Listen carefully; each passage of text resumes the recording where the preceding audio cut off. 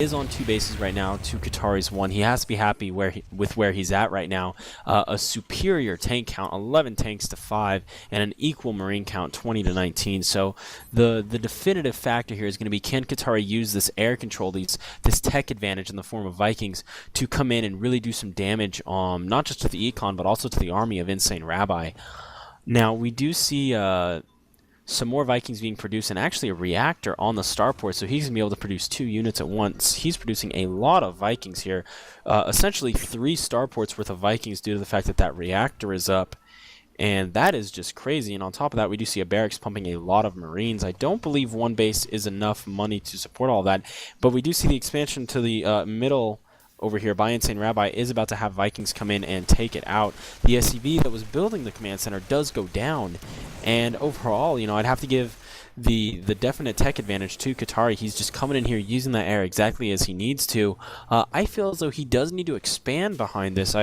Instead of seeing a bunch of Vikings being made, I would like to see maybe a second command center.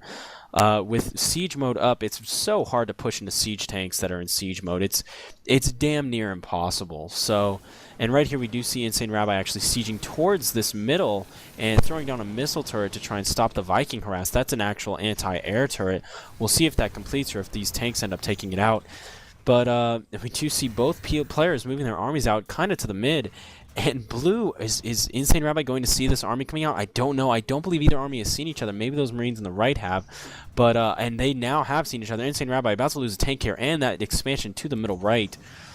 He's going to back up behind his wall, definitely throw up a couple supply depots. No, they're not actually able to go up. And it looks as though InsaneRabbi choosing to just power his way through. So another base trade going to come in here between InsaneRabbi and Katari. This is absurd. This is crazy. Katari already lifting off all of his buildings. And, you know, you really got to think that this is kind of a disadvantageous situation for InsaneRabbi. He's going to lose his main base now, his natural up here, which Vikings are already there. It looks as though, Rabbi, you need to use those SCVs to attack. There he goes. So we have econ harassment at his natural, his mains being overrun, whereas at the same point in time, Katari has lifted all of his buildings, and the Marines and tanks need to be moving in. There we go. And I believe the SCVs are also coming all the way up here. So yet again, we are back to the elimination race that started this whole game. And we do see the Vikings coming in here doing a lot of ground damage, but he needs to maybe take those off of the ground and start picking off these buildings that are moving. And there he goes, lifting the Vikings up. They are focusing down that orbital command. They do not want to see that orbital command getting over, and we do see a lot of siege tanks coming in and potentially going to go into siege mode here. I don't quite know. All right, we're going to go ahead and I'm going to pause at 2720.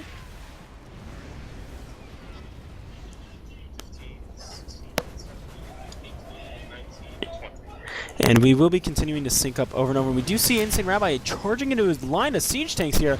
Definitely not a good idea. He had a huge amount. Oh, man. InsaneRabbi had about 5 or 6 extra tanks, and that just goes to show you how impossible it is to push onto a row of siege tanks. 6 siege tanks in siege mode. Didn't even take a hit from a single siege tank out of 11 of them pushing in. So really got to give credit here. And now InsaneRabbi needs to be very careful. Blue Katari trying to come in here using Vikings, someone as meat shields so he can set up siege tanks in siege mode. Having to bring his Marines forward to try and soak up some damage, but the siege tank advantage would have to go to blue here. And actually now 2 tanks to 3 in favor of Katari. But InsaneRabbi with 7 Marines and 20 extra SCVs, so he's definitely got to be happy about that. An SCV and a Marine over here sitting off to the right, a group of Marines trying to maybe come around and flank or something along those lines, and SCV also in the bottom left corner, so his unit's not doing too bad. And we do see SCVs coming in here. Siege tank has to unsiege.